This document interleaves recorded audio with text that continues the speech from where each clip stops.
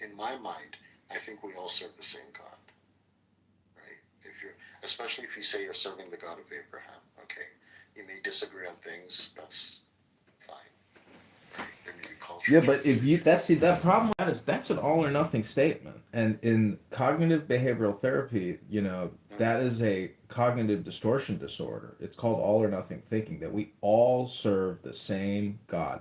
I would just say even if that's true, we're Mm-hmm. still talking about databases in a way, or different large language models. And so Yes. yeah, it's like the Tower of Babel. The challenge becomes there can be no peace because we're all operating in silos. Agreed. Exactly. Exactly. And so to that point, oh my God, you make an amazing point, Mojo, because when I reverted to Islam and I was getting a lot of heat from Muslims and people even telling me that I'm not Muslim, that I only reverted because of a woman, right? Which was just so disrespectful to me because, like, the thing that I'm most passionate about, like, is my God, right? The thing I'm most in love with. I've never loved a woman as much as I love my God. I'll never love any family member as much as I love my God. So for someone to say that about the thing that is the most important thing to me in my life, I mean, there are a lot of things that don't trigger me on Clubhouse, but that one hit. That one hurt. Okay, I'm not gonna lie. Okay, and so I always tell Muslims whenever I meet them, I always ask them, why don't you read He they call it the asks Injil? them. Why don't you read the Torah and the Bible, right? Because you know that those books have divine truths, at least from the perspective of Islam. You know that these two other books have divine truths. You don't have to say, you don't have to agree that there's divine truth in Buddhism or Taoism or Confucianism or any of these other religions, right? But you know at least the other two. So why aren't you even furthering your education by reading these other books? Even if you believe they're corrupt, right? But then you know there's also some truth with the corruption. Why aren't you reading it? You should read it too, you know. And I said that today, and someone, of course, got really upset, you know, and called me, started calling me, berating me, and calling me names and all that stuff, which is fine. But for me, myself, I'm glad that I reverted from Christianity to Islam Ah! because now I have the foundation of Christianity, having read the Bible so many times inside out, and now I'm going into Islam, and I'm going to do the same thing with the Quran, and even as a Muslim, I will do the same thing with the Torah. After I'm done reading the Quran, back to, from cover to cover, I'm going to go to the Torah, you know, and I'm going to make sure I read all three books and I understand them inside and out. You know? But yeah, I think it's important to at least have the knowledge and the awareness. Even though Islam is what I practice, it is my lifestyle. Um, I worship Allah, right? Um, and Well, that what is do you my think the religion. word Allah means? What do I think it means? I know it means God. That's what it means to me. It's God. I mean, sound it out. All all. So is that saying that everything is God? Well, it's not an English word. It may not be English, but my point is it's still a Mm, sound. And so all words are right. sounds. Just like the Yes. word Yahweh or Hashem. I mean, these are sounds. And so, Yeah. they're used in incantations, in meditation, in chanting. Om, things like that. So what I'm trying to say is these are ways to clear the mind by chanting them. People say Allah, Allah, Allah, like that. That is to Mm-hmm. essentially cleanse the mind of all the other words that your brain is constantly generating.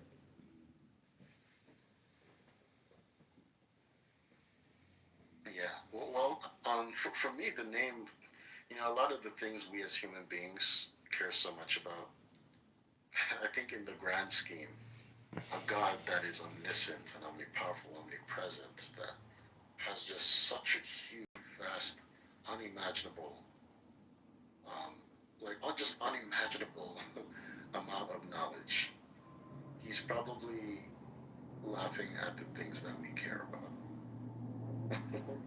It's almost like the kid when you're a kid and you get really upset because somebody won't let you play with a toy that you really want to play with.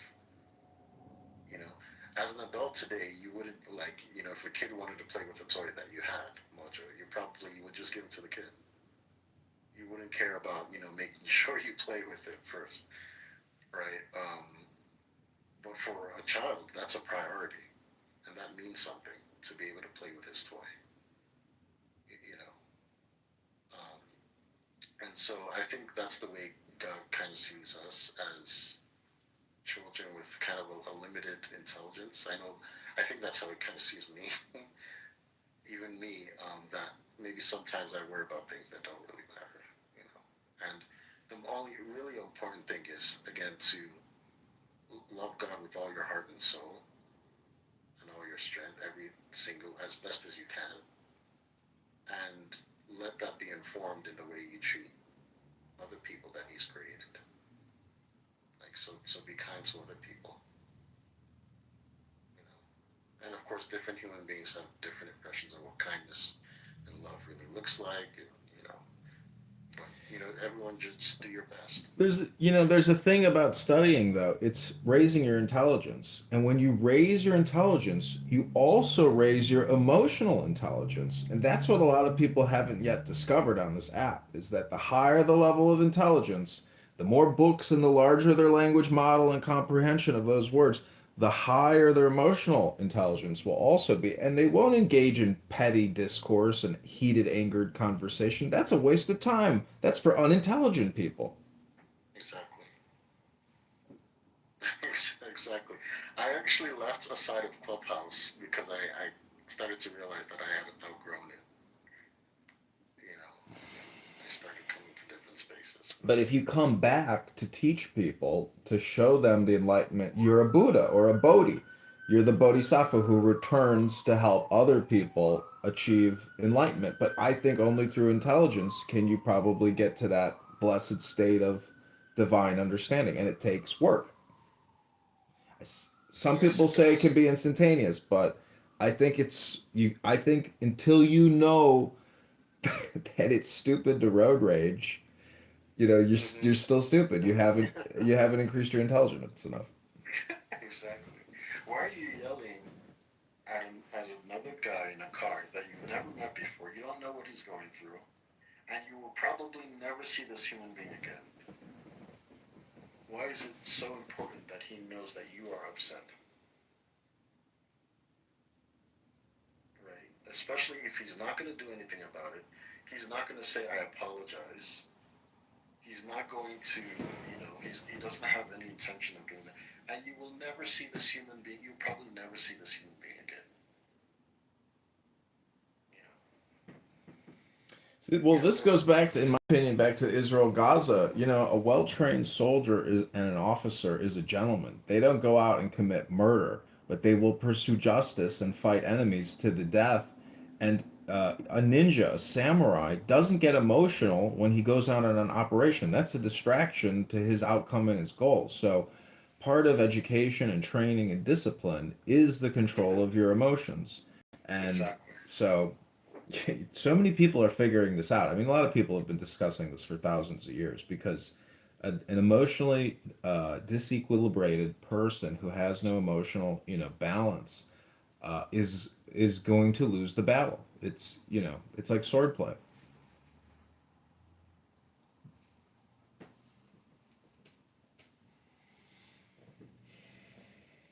So I mean, it's warfare. Sorry, I was on mute. Sorry, I was on mute when I was speaking.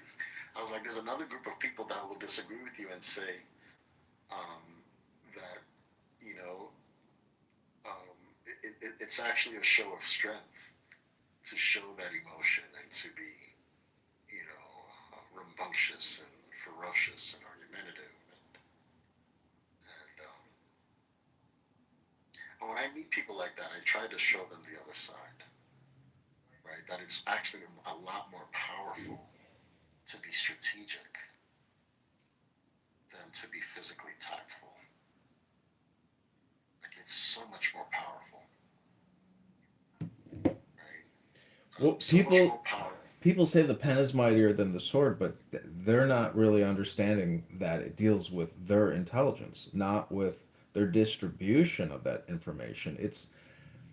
I'm just saying that we could talk about this for 100 more hours, and it still wouldn't be worth one good book. Agreed. Yeah, And that whole phrase, the pen being mightier than the sword, right? It's not just the pen, of course, the pen itself. Some people may take it to mean writing, right? But it's about again strategy. It's about being strategic, right? Um, and how strategy will always supersede and exceed any tactical efforts. It's just more impactful.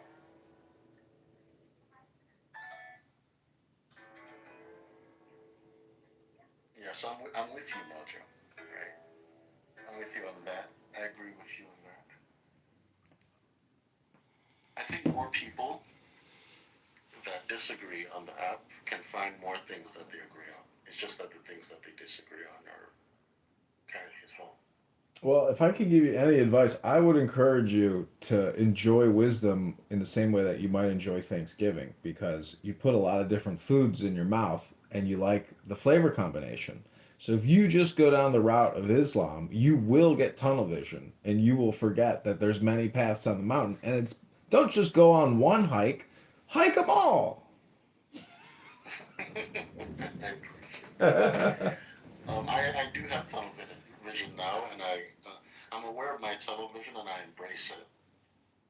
However, even though I have a favorite mountain, right, and a favorite approach to God, I am interested in other mountains. Even though I love, I'm in Atlanta. I don't know where you are, but over here we have a couple mountains. Even though I love Stone Mountain, that's my favorite mountain, and it's really scary actually. There are people that have fallen off to their death. So every time I go there, I'm terrified. Um, and I go alone, which is crazy. But I do like other mountains, like Kennesaw Mountain, and some of the smaller mountains, like Sandy Springs and stuff. So, but my approach, my devotion, yes, is in Islam because I've found not just a lifestyle um, that drives, not just sorry, the deity that drives me, and the religion, but most importantly, the lifestyle that kind of reinforces the sense of commitment and discipline and devotion.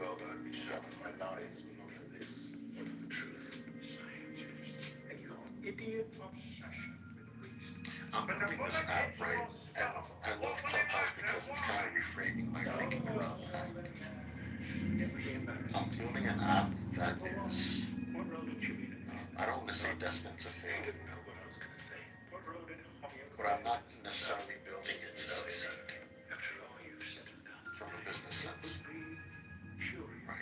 If I was building a dating app to succeed from a business sense, obviously the idea would be to keep people on the app and keep them dating the app.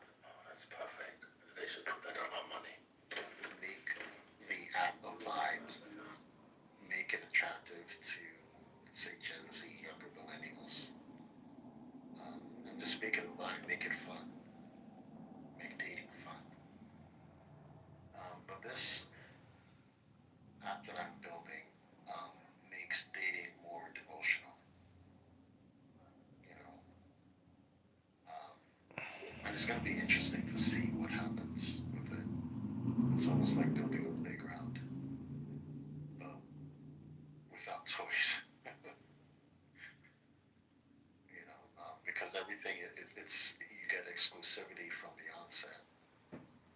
So you don't have all these matches and all these flavors. What do you think about lying in relationships? or projection, or people who essentially don't want to say what they're actually all about or what they're doing.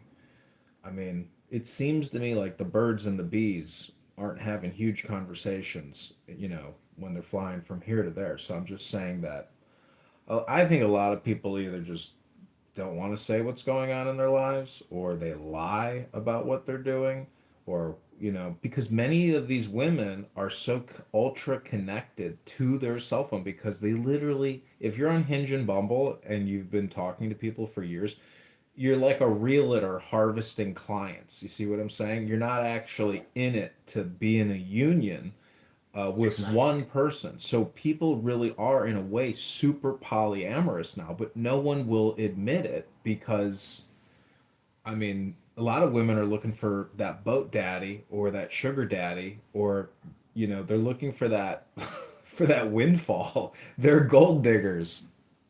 Exactly.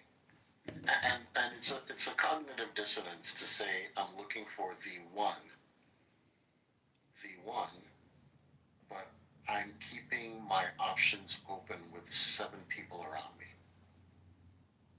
If any one of those 7 people are the one, how will you cultivate that relationship with them if you've got 6 other distractions? Nobody can ever be the one. Like the one doesn't even have a shot. you know, Even if he's the one you like the most, okay, and you've built the strongest connection with. Oh, so even if he's the one you have the strongest connection with, you're surrounded by 7 other distractions.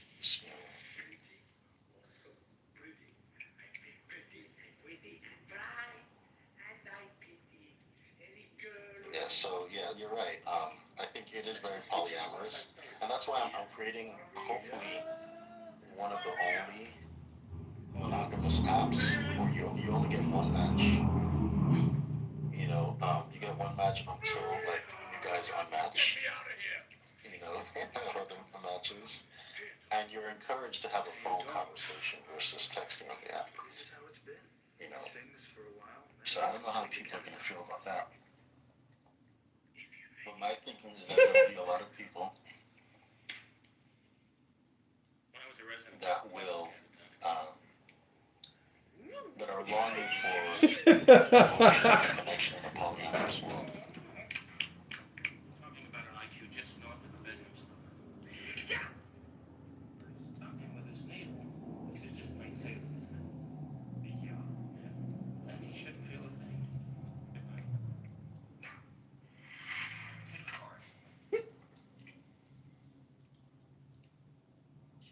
Sorry guys, I'm just doing some washing before prayer. Wudu in Islam.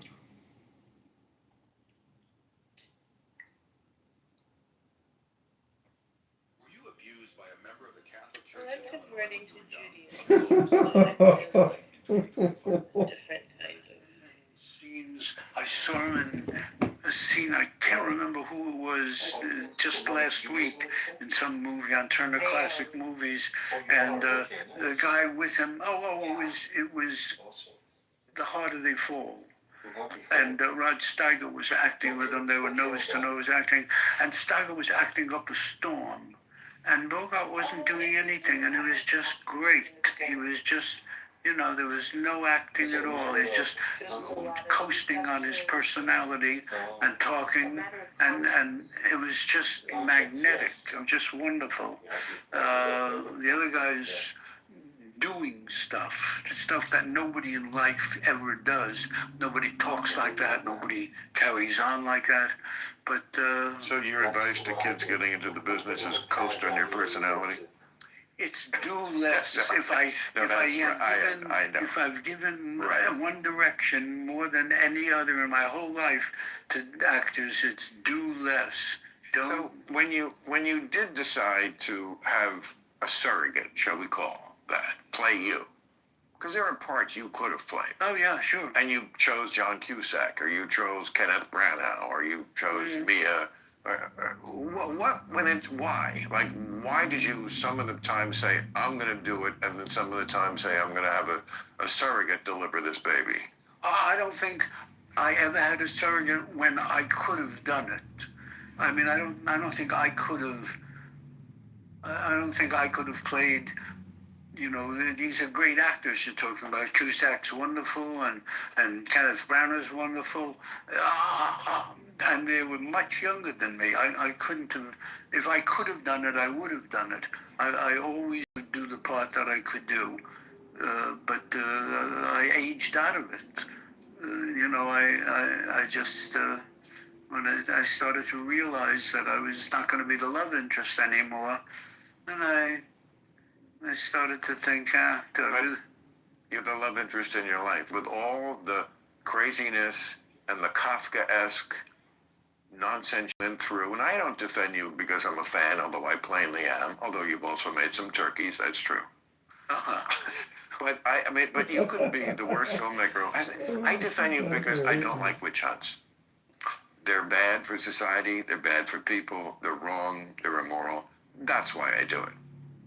Not because I'm a fan.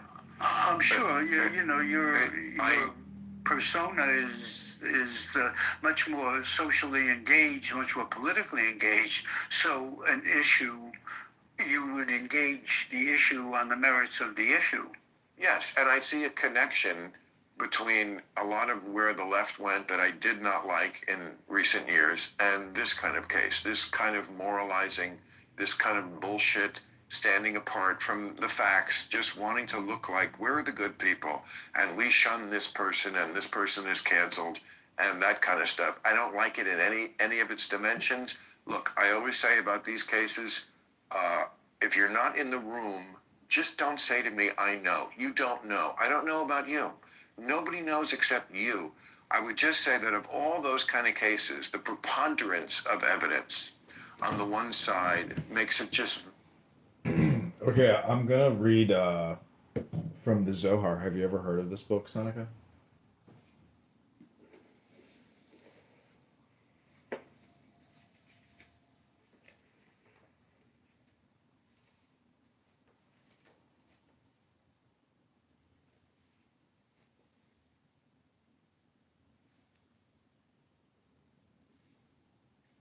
Okay, this is called What is a Serpent? These riddles confuse not only Rabbi Yosef, the cryptic language is intended to mystify the reader as well. And on the serpent, all the animals go in pairs, while the serpent goes on the road all alone. Most of the images in the first two riddles allude to various stages in the process of Gilgul, reincarnation, one of the most esoteric doctrines of the Zohar. The riddle of the beautiful maidens is expounded below.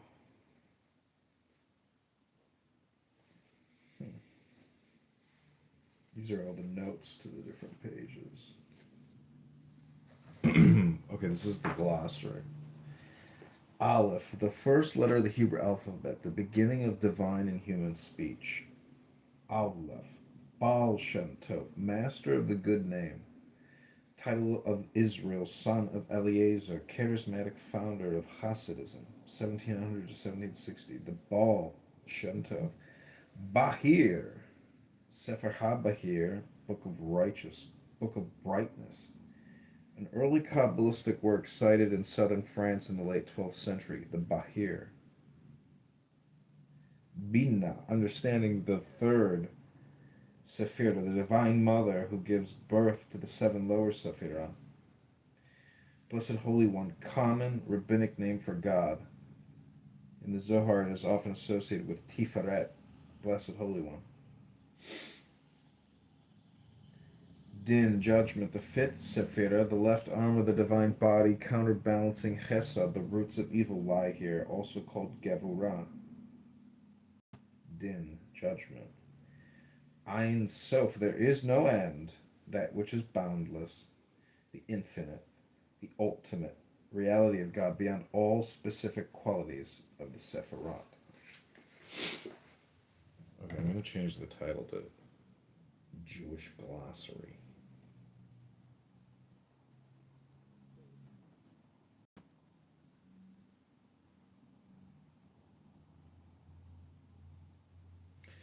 Jewish glossary of Hebrew words in Zohar. Let's see if anybody shows up for this impromptu Tanya Torah study. My man Rondell in the house. Hey, Rondell! Hey, Raboino Shalom. Rabbeinu Shalom.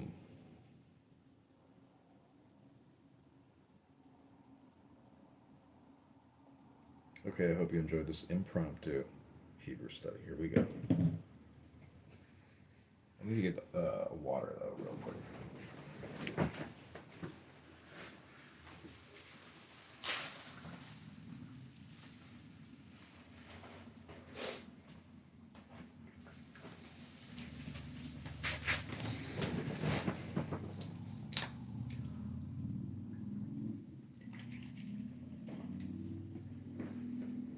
Okay, Moshe, I hope you enjoy this as well. The next word is Gedulah, greatness. The fourth Sephirah, the outpouring of God's great goodness, also called Chesed. Greatness, Gedulah. Gevura, power. The fifth Sephirah, also called Din. Gematria, the numerical value of Hebrew letters, or Gematria, employed as a technique of interpretation.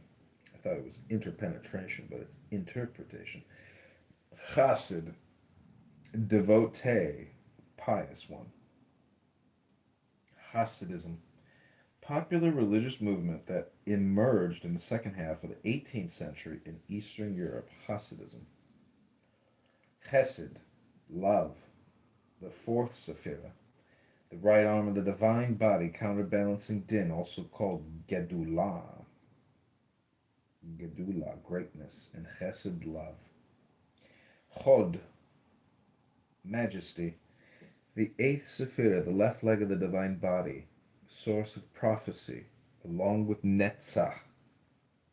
Chod, majesty. Chokmah, wisdom.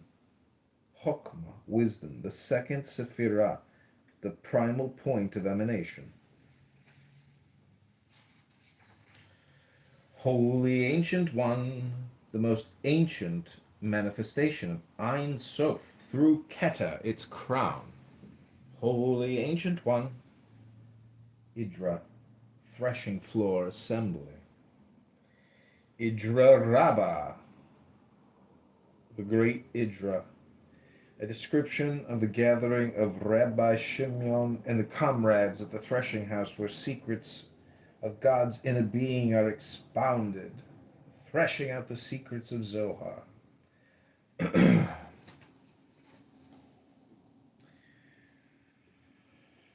Idrazuta, the small Idra, a description of the death of Rabbi Shimon and his final teachings in the Zohar wedding celebration.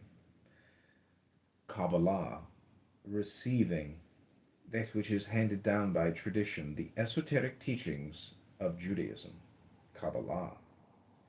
Keter, crown, the first Sephirah, co-eternal with Ein Sof, also called Ratzon, divine will, and Ayin, nothingness.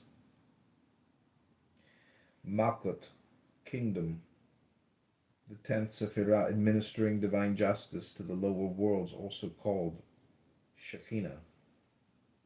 Malkut, kingdom. Shekinah. Mat Nitin, our Mishnah, short pieces scattered through the Zohar.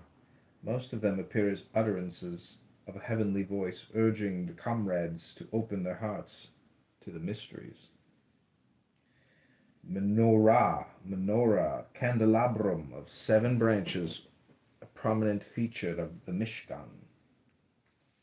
Mezuzah, parchment scroll affixed to the doorpost. Mezuzah.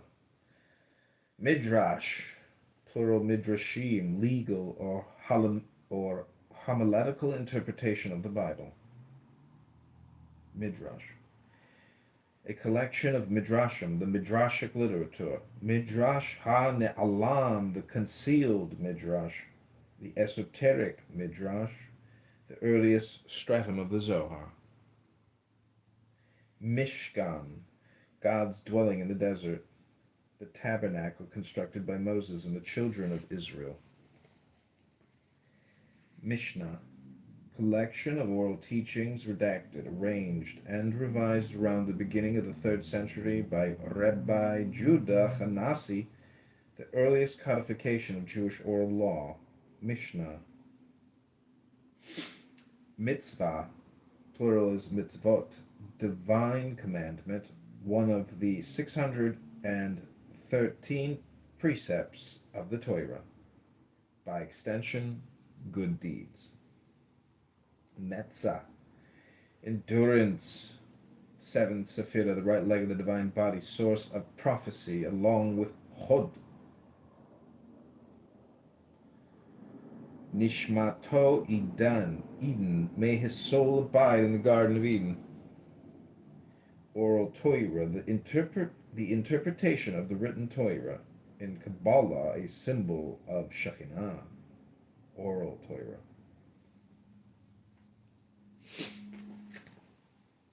Kav Hamidah, the standard of measure, detailed explanation of the process of emanation, delivered by Rabbi Shimon. Kav Hamidah, the standard of measure. Okay, that's it. That's all I'm going to read. I hope you enjoyed. That's the glossary of the Zohar. Okay, I'm going to create a new room. Seneca Rondale. See you soon. Bye.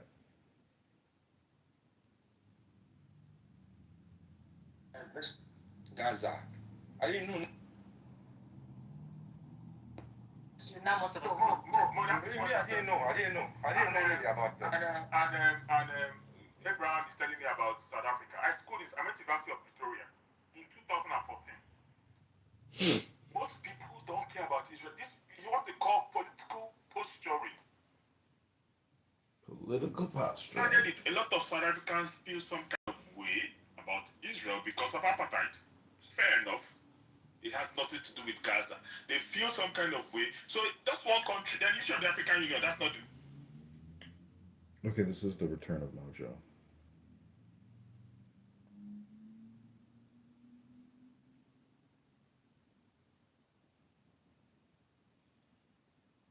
My man Brian, welcome back to the return of Mojo. We are live and we're going to keep studying. We're not going to listen to all these people practicing English on here. No. We are going to read a book. This is the return of Mojo. Look at all those bots that just come flying in. The return of Mojo. Rondell, you coming up? Rondell, have you contributed to the campaign yet? I think the link is in my profile. You know, I know you do a lot of day trading, but $100 will help us get, 50 signatures. So please consider contributing now.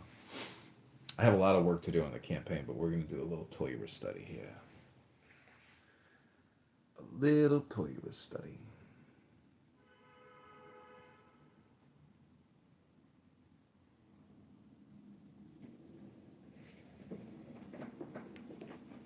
Okay, this is the rest of the glossary.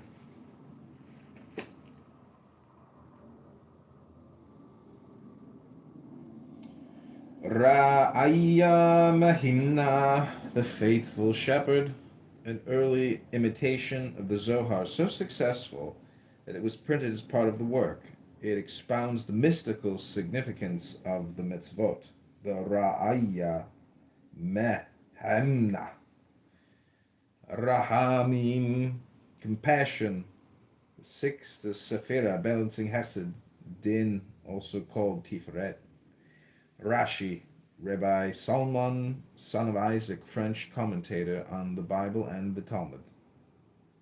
Rashi. Ratza de Ratzin, The Mystery of Mysteries, an anonymous piece of physiognomy and chiromancy. The Ratza de Ratzin, The Mystery of Mysteries. Ruth, The Book of Ruth. Sava de Mishpatim, the old man of Mishpatim, Torah portion, an account of the comrades' encounter with a donkey driver who turns out to be a master of wisdom. The old man and the beautiful maiden. Sephirah, one of 10 aspects of God, 9 of which emanate from Ein Sof and Keter. Sephirah. Shalom, peace, well-being, completeness. Shalom, peace, well-being, and completeness. Shalom. Shalom. Shekhinah. Shekhinah, divine presence. The 10th Sephirah, female partner of Tiferet, also called Malkut. Shir HaShirim, Song of Songs. Sifra di Zeniuta, the Book of Concealment. Fragmented commentary on the beginning of the Torah in short, obscure sentences divided into 5 chapters. It deals with the secrets of divinity. Sifra di Zeniuta, the Book of Concealment. Sitrei Torah, Secrets of Torah. Pieces of verses from Genesis, printed in separate columns, parallel to the main text of the Zohar. They contain allegories of the soul and secrets of the divine and demonic. Sitrei Torah, Secrets of Torah.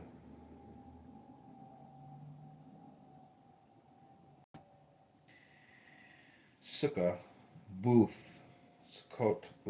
Sukkot, Festival of Booths, celebration of the harvest, and a commemoration of the children of Israel's dwelling in booths in the desert after the exodus from Egypt. Talmud, the body of teaching comprising commentary and discussion on the Mishnah from scholars of the 3rd to 6th centuries. Talmud. Targum, translation of the Bible into Aramaic. Targum, translation. Targum Onkelos, a Targum on the Torah, composed by a proselyte named Onkelos in the 2nd century. Targum Onkelos. Tav, the last letter of the Hebrew alphabet. Tav.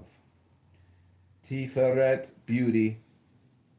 The 6th Sephirah, male partner of Shekinah, trunk of the divine body, also called Rachamim, Tiferet, beauty.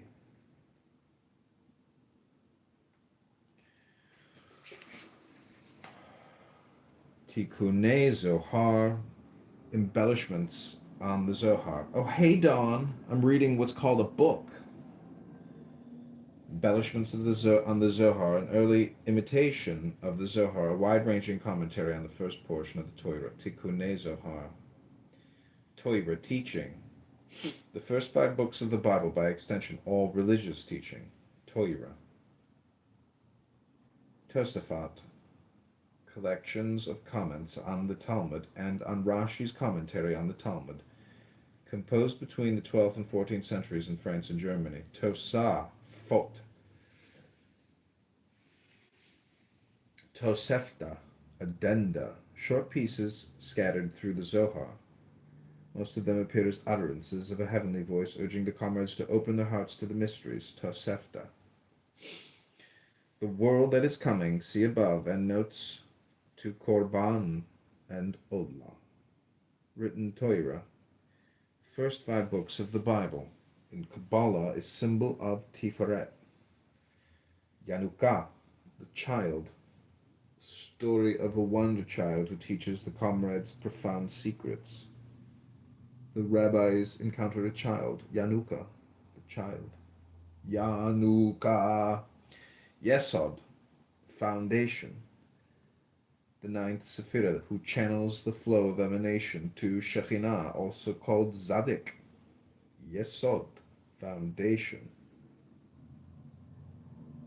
Yah, short form of Yahweh that appears in poetry, Yah.